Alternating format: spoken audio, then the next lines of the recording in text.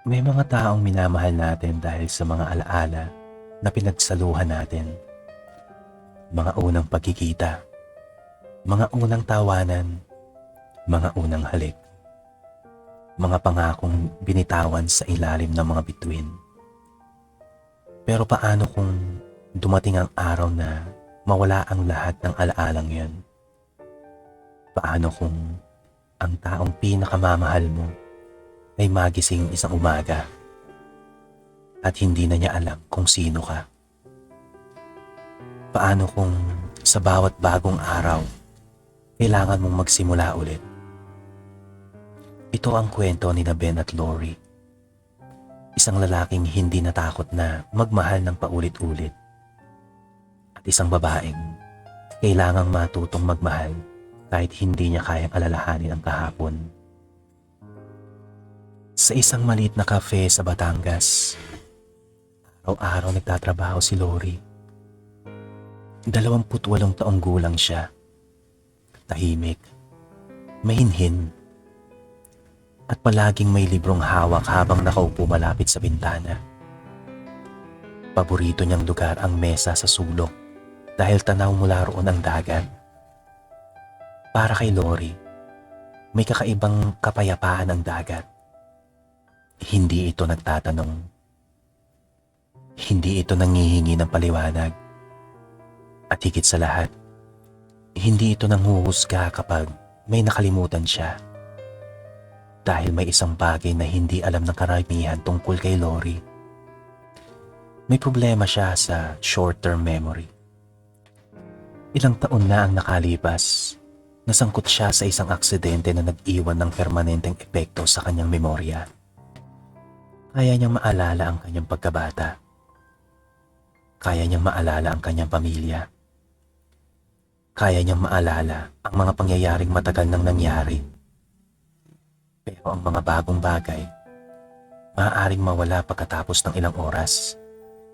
At minsan, pagkagising niya kinabukasan, parang hindi nangyari ang kahapon. Kaya may dala siyang maliit na notebook. Hindi yun simpleng diary. Para kay Lori, iyon ang tulay niya sa mga araw-araw na maaaring mawala. Sa unang pahina nito, may nakasulat, "Lori, kung binabasa mo ito, huwag kang matakot. May mga bagay kang nakakalimutan, pero hindi ibig sabihin na wala silang halaga." Sa ibaba nito, may isa pang pangungusap. Kung may taong dumating sa buhay mo at mahalaga siya sa iyo, isulat mo. Dahil alam ni Lori na maaaring makalimot siya, pero ayaw niyang mawalan ng pagkakataong mabuhay. Isang Sabado ng hapon, pumasok sa cafe ang isang lalaki. Si Ben, 29 na taong gulang. Isang freelance photographer na madalas bumiyahe sa iba't ibang bahagi ng Pilipinas. Mahilig siyang kumuha ng litrato ng mga tao, lugar, at mga sandaling hindi na maaaring maulit. Para sa kanya, ang isang litrato ay paraan para manatili ang isang alaala. Hindi siya naniniwala sa love at first sight. Para sa kanya, ang tunay na pag-ibig ay dahan-dahang nabubuo. Pero nang makita niya si Lori, may kakaiba siyang naramdaman. Nakaupo ito sa tabi ng bintana. Tahimik na nagbabasa habang sumisilip ang araw mula sa dagat. Hindi napansin ni Lori na ilang segundo siyang tinitignan ni Ben. Lumapit si Ben sa counter at umorder ng iced coffee. "Sir, anong size?" tanong kay Ben. At sinabi ni Ben na large. "Sweetness po." At nag-isip si Ben at sabay sabi nitong, "Ikaw na bahala." Napailing ang barista. "Sir, kape po yan, hindi date." At napatawa si Ben at narinig yun ni Lori at napatingin siya. Ngumiti at doon nagsimula ang lahat. Hindi enggrande. Hindi parang pelikula. Isang simpleng tinginan lang isang ngiti, isang corny na biro, at isang lalaking hindi pa alam na ang babaeng kaharap niya ang magiging pinakamahirap niyang minahal. Mula noon, madalas nang bumalik si Ben sa cafe. Minsan para magkape, minsan para makipagkwentuhan, at minsan dahil gusto lang niya makita si Lori. Sa una, simpleng pagbati lamang. Good morning. Good afternoon. Busy ka? Unti-unti, naging mas mahaba ang kanilang mga pag-uusap. Nagkwentuhan sila tungkol sa buhay-buhay, tungkol sa mga pangarap, tungkol sa mga lugar na gusto nilang puntahan. Ikinuwento ni Ben ang mga lugar na napuntahan niya bilang photographer. Ipinakita niya kay Lori ang mga litrato ng Palawan, Sagada, Siargao at Batanes. Isang araw, tinanong siya ni Lori, "Anong paborito mong litrato?" Nag-isip si Ben. "Yung hindi ko planong kunan." "Bakit?" tanong ni Lori sa kanya. "Dahil minsan, yung pinakamagagandang bagay ay yung hindi mo inaasahan." Ngumiti si Lori at tinanong niya, "Parang ngayon?" At napatingin si Ben sa kanya. "Tama, parang ngayon." Mula sa simpleng pagkakaibigan, unti-unting naging espesyal ang kanilang relasyon. Hanggang sa isang araw, niyaya ni Ben si Lori na maglakad sa tabing dagat. Doon nila nakita ang isang napakagandang paglubog ng araw. Tahimik silang naglakad habang humahampas ang mga alon sa dalampasigan. At sa gabing yun, unang beses nilang nagkahawak kamay. Hindi nagtagal. Unang beses sila naghalikan.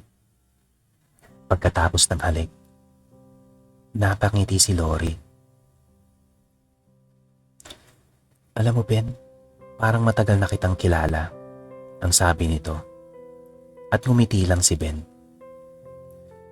"Siguro, kasi gusto mo akong makilala," ang sabi nito kay Lori. At umiling lang si Lori. "Parang may pamilyar sa'yo," ang sunod nitong sinabi kay Ben. Hindi alam ni Ben kung bakit, pero tumatak sa isip niya ang mga salitang yun. At ng gabing yun, umuwi siyang masayang-masaya. Para sa kanya, iyon ang simula ng isang bagong relasyon. Pero kinabukasan, may matutuklasan siyang hindi niya kailanman inaasahan. Maagang bumalik si Ben sa cafe. Ngumiti siya kay Lori. "Good morning." At ngumiti rin si Lori.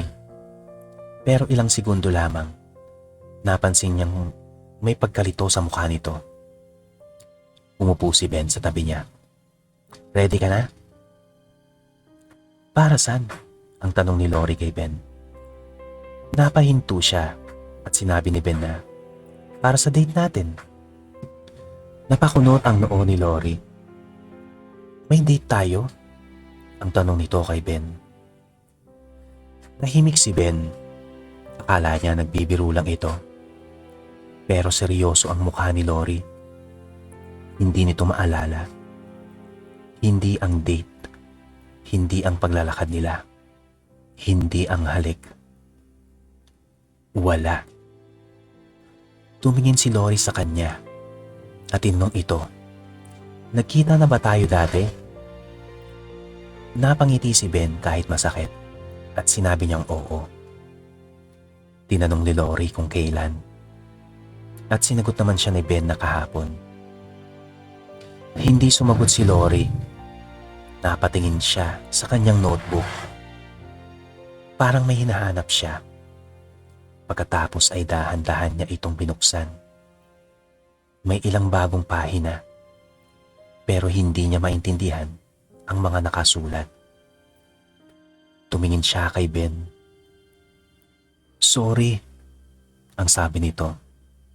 At sabi naman ni Ben na huwag siyang mag-sorry. Pero parang may dapat akong maalala, ang sabi naman ni Lori. Hindi mo kasalanan, ang sabi naman ni Ben.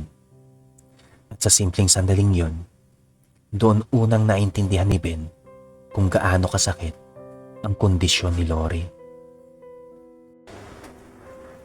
Nang araw din yon, kinausap ni Ben ang pamilya ni Lori. Doon niya nalaman ang buong kwento. Matagal nang alam ni Lori ang kondisyon niya. Sinubukan na ng pamilya ang iba't ibang paraan para matulungan siya. May mga notes, may mga larawan, may mga paalala, may mga routine. Pero walang kasiguruduhan kung gaano katagal mananatili ang isang bagong alaala. Minsan oras, minsan isang buong araw, minsan hanggang sa makatulog siya. At sa pagising, maaaring mawala na naman ang lahat. Alam ba niyang may nangyayari sa kanya? Tanong ni Ben. Tumango ang ina ni Lori. Alam niya? At hindi ba siya natatakot? Napabuntong hininga ang kanyang ina. At sabay sinabing, takot siya, pero ayaw niyang mabuhay na puro takot. Tumingin si Ben kay Lori mula sa malayo. Nakaupo ito sa tabi ng bintana. Tahimik na nagbabasa. At unang beses niyang naisip, kung ako ang mamahalin niya, ilang beses niya kaya ako makakalimutan. Kinabukasan, may iniabot si Lori kay Ben. Isang maliit na libro at isang maliit na notebook. Basahin mo, at sabi ni Lori. Binuksan ni Ben ang mga pahina. May mga simpleng pangungusap. Ngayon, nakilala ko si Ben. Mahilig siya sa photography. Ayaw niya ng sobrang tamis ng kape. Napatawa niya ako.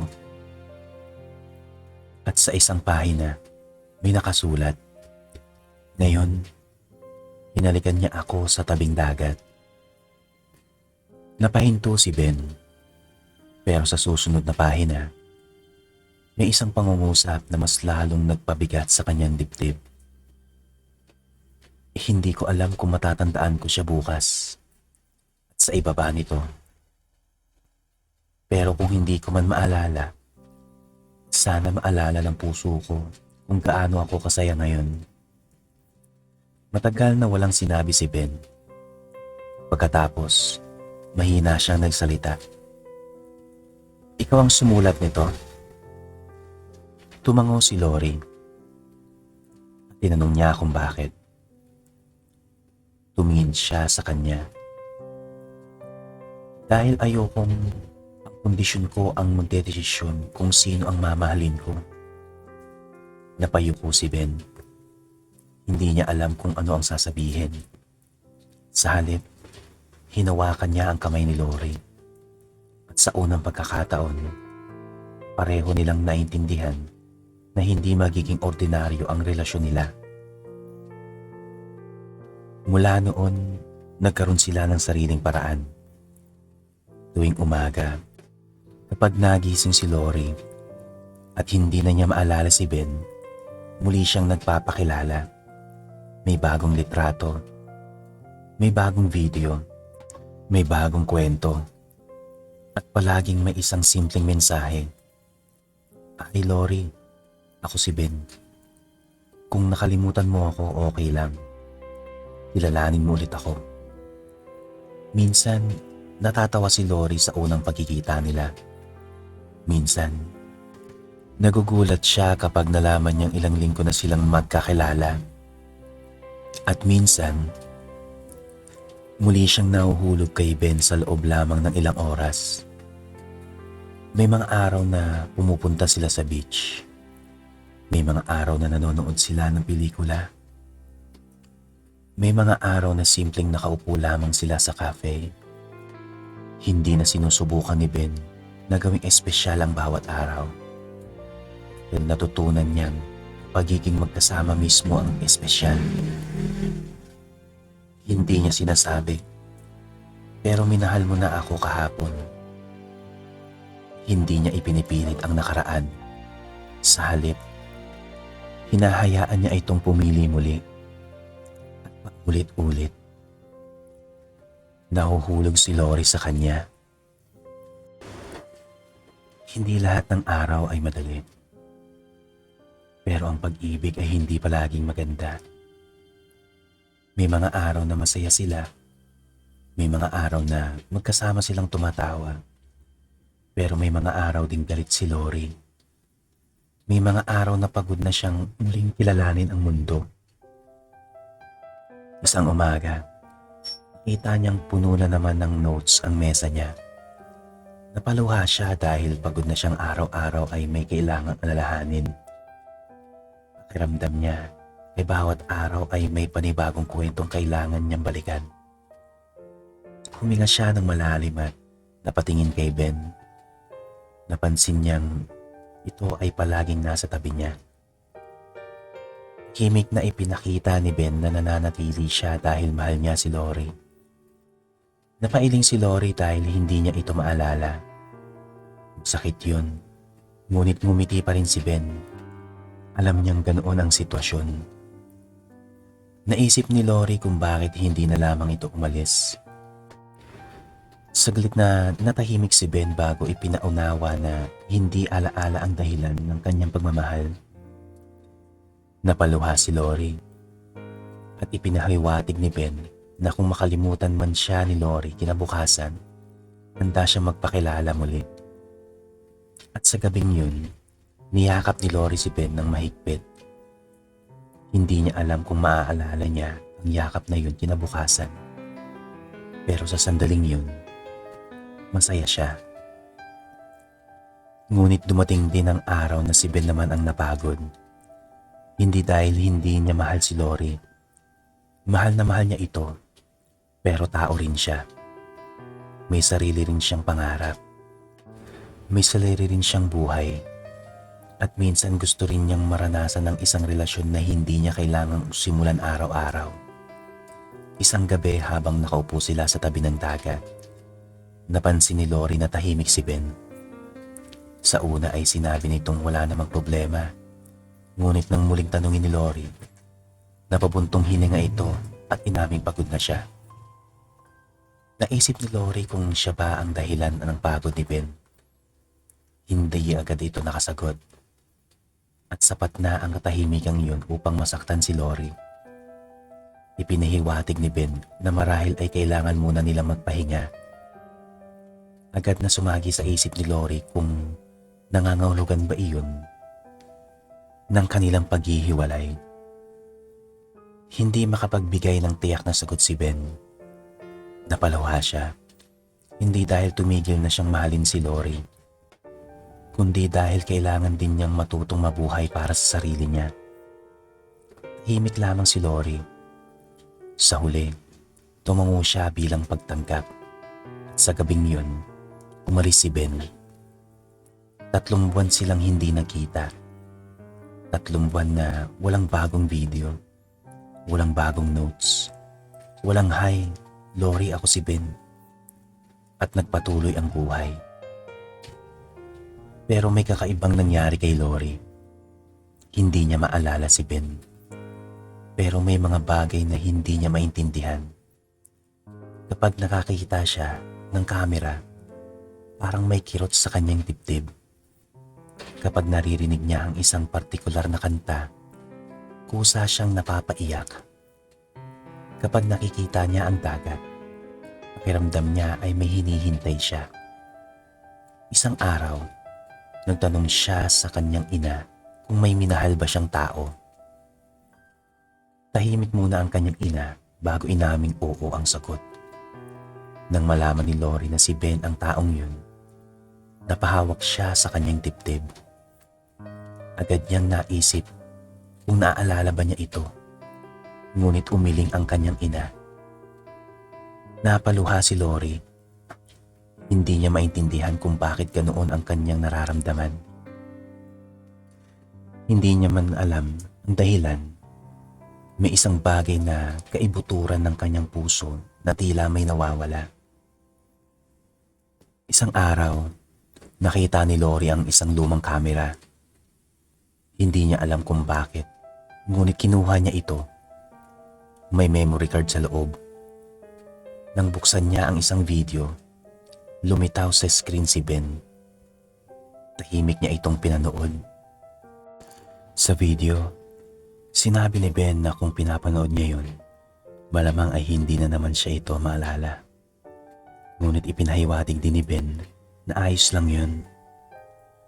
Hindi nito hinihiling na alalahanin siya ni Lori o pilitin nitong balikan ang mga araw na magkasama sila. Sa halip, nais lamang nitong malaman ni Lori na minahal niya ito. Napaluha si Lori. At sa unang pagkakataon, kahit hindi niya maalala ang kanilang mga pinagsamahan, naramdaman niya ang sakit ng pagkawala. Paulit-ulit niyang pinanood ang video.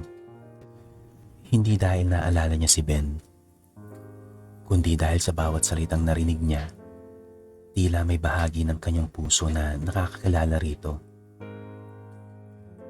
Kinabukasan, pumunta si Lori sa cafe at doon niya nakita si Ben. Napatigil siya. Napatigil din si Ben.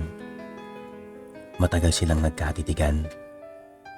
Pagkaraan ng ilang sandali, binati siya ni Ben. Mahina rin siyang tumugon. Unti-unting lumapit si Lori at tinawag ang pangalan ni Ben. Nanlaki ang mga mata ni Ben at umasa itong baka naalala na siya nito. Ngunit umiling si Lori. Hindi pa rin niya ito naaalala. Gayunpaman, napangiti siya habang may luhang namumuo sa kanyang mga mata at ipinahiwatig na gusto niyang makilala itong muli. Hindi agad nakasagot si Ben at nagtaka kung bakit. Napatingin si Lori sa dagat. Hindi niya maipaliwanag ang dahilan. Ngunit pakiramdam niya ay may bahagi ng kanyang pagkatao na matagal nang naghahanap kay Ben. Napaluha si Ben at ipinaunawa niyang marahil ay hindi na kailangang maalala ni Lori ang lahat. Marahil ay hindi kailangang manatili sa kanyang isipan ang bawat alaala. Dahil kahit mawala ang mga ito, ang ibang bagay na maaaring manatili, ang pakiramdam, ang koneksyon, ang pagmamahal. Mula noon, nagsimula ulit sila. Hindi dahil bumalik na ang lahat ng alaala. Hindi dahil gumaling bigla si Lori, kundi dahil pareho silang pumili. Si Ben, piniling mahalin siya. At si Lori, piniling kilalanin siya araw-araw. May mga litrato sa kanilang bahay. May mga video. May mga sulat. At sa tabi ng kama ni Lori, may isang maliit na card. Ako si Ben. Mahal kita. Hindi mo kailangang alalahanin ang lahat. Magsimula tayo ulit. Hindi na mahalaga kung ilang beses nilang kailangang magsimula. Dahil para sa kanila, ang bawat bagong simula ay panibagong pagkakataon para magmahal.